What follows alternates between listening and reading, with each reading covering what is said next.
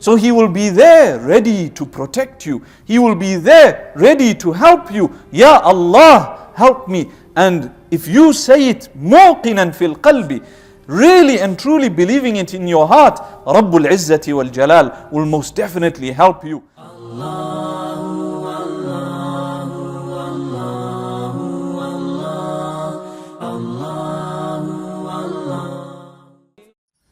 Bismillahir Rahmanir Rahim. The people often ask me, which ayah of yours is the favorite ayah? And for me personally, it is Ayatul Kursi. The reason for this is because it is as though we are asking Allah subhanahu wa ta'ala, who are you? And Allah subhanahu wa ta'ala is telling us, Allahu la ilaha illa huwa al-hayyul qayyum. Allah, He is the one who is ever living, al-hayy, Al-Qayyum, the one who exists on His own, and He requires nothing in existence to exist. And He is the one by whom everything exists, and they cannot exist without Him. So Allah subhanahu wa ta'ala describes Himself to us in this ayah. When Ubay ibn Ka'b radiyallahu anhu was asked by Rasulullah sallallahu alayhi wa sallam, أَيُّ آيَةٍ فِي كِتَابِ اللَّهِ أَعْظَمُ, which ayah is the greatest ayah in the Quran, in the book of Allah subhanahu wa ta'ala, then Ubay ibn Ka'b radiyallahu anhu says, Ayatul Kursi. It is Ayatul Kursi. So Rasulullah sallallahu alayhi wa sallam hit him on his chest, or you could say He touched him on his chest, and He says, لِيَهْنِكَ الْعِلْمُ يَا أَبَا الْمُنذِرِ, that ilm and knowledge is a good thing for you, O Aba al-Mundhir. So Rasulullah sallallahu alayhi wa sallam acknowledged that this ayah is the greatest ayah in the Quran. And the reason for this is because if we take a look at the subject matter of this ayah, then it is none other than Allah subhanahu wa ta'ala. The greatest surah in the Quran is Ummul Kitab, Fatihatul Kitab, the Fatiha that we recite every day in our salah. The reason for it being the best surah in the Quran is because again Allah subhanahu wa ta'ala is speaking about Himself. قُلْ هُوَ اللَّهُ أَحَدٌ Allahu Samad. This surah is known as a third of the Quran. It actually counts for a third of the Quran. Why? Because again Allah subhanahu wa ta'ala is describing Himself and His qualities. So Allah subhanahu wa ta'ala says, Allahu la ilaha illa huwa al-hayyul qayyum. But if we were to stop at Allah, we would be able to continue without the meaning being changed from la ta'khudhuhu sinatun wa la nawm. So we would say, Allah la ta'khudhuhu sinatun wa la nawm. Allah, the one who sleepiness, drowsiness does not overtake Him. Wa la nawm, nor does sleep overtake Him. You find that a human being goes to sleep at times. In fact, every day a human being will go to sleep. Whilst he is asleep, he is not able to address the concerns of his family. He is not able to address the concerns of the fellow human beings. But when he is awake, then he can do this. Allah subhanahu wa ta'ala does not sleep. So people ask Him at all times, people need Him at all times, and He is there providing for them, sustaining them, responding to their dua.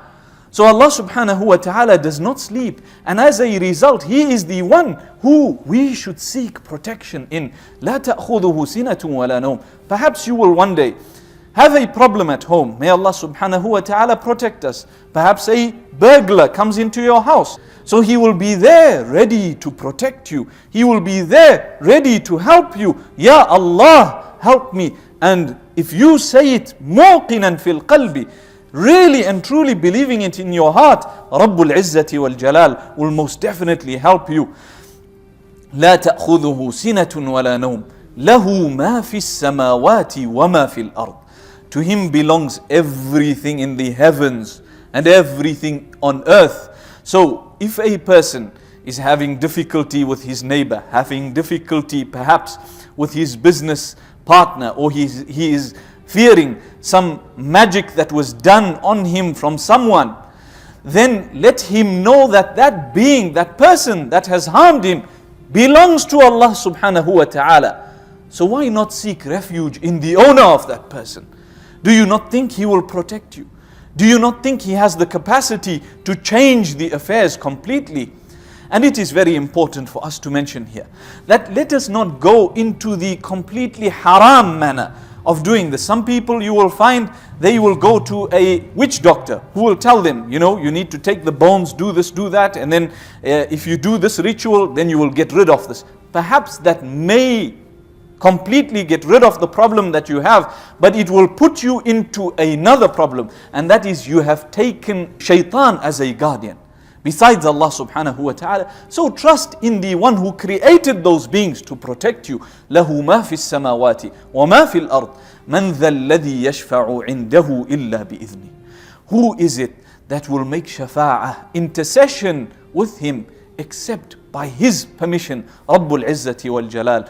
On the day of Qiyamah, Rasulullah sallallahu alayhi wa sallam, he himself will need the permission of Allah subhanahu wa ta'ala to make that shafa'ah. He will put his head on the ground and he will be doing sajdah for the sake of Allah subhanahu wa ta'ala. And only when Allah subhanahu wa ta'ala tells him to raise his head, will he raise his head. Irfa' ra'saka ya Muhammad. Raise your head, O Muhammad. And then he will tell him, Sal tu'tah, washfa' tushaffa'.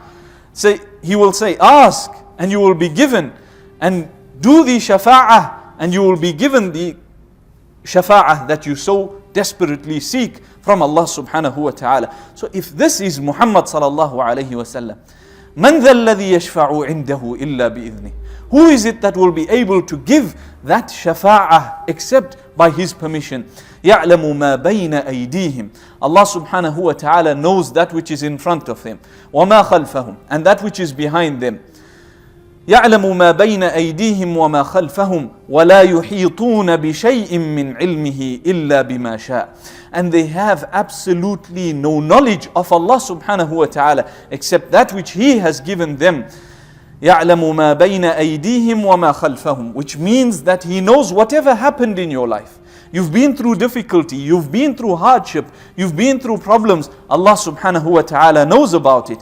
And since He is the one who created you, He will take care of it.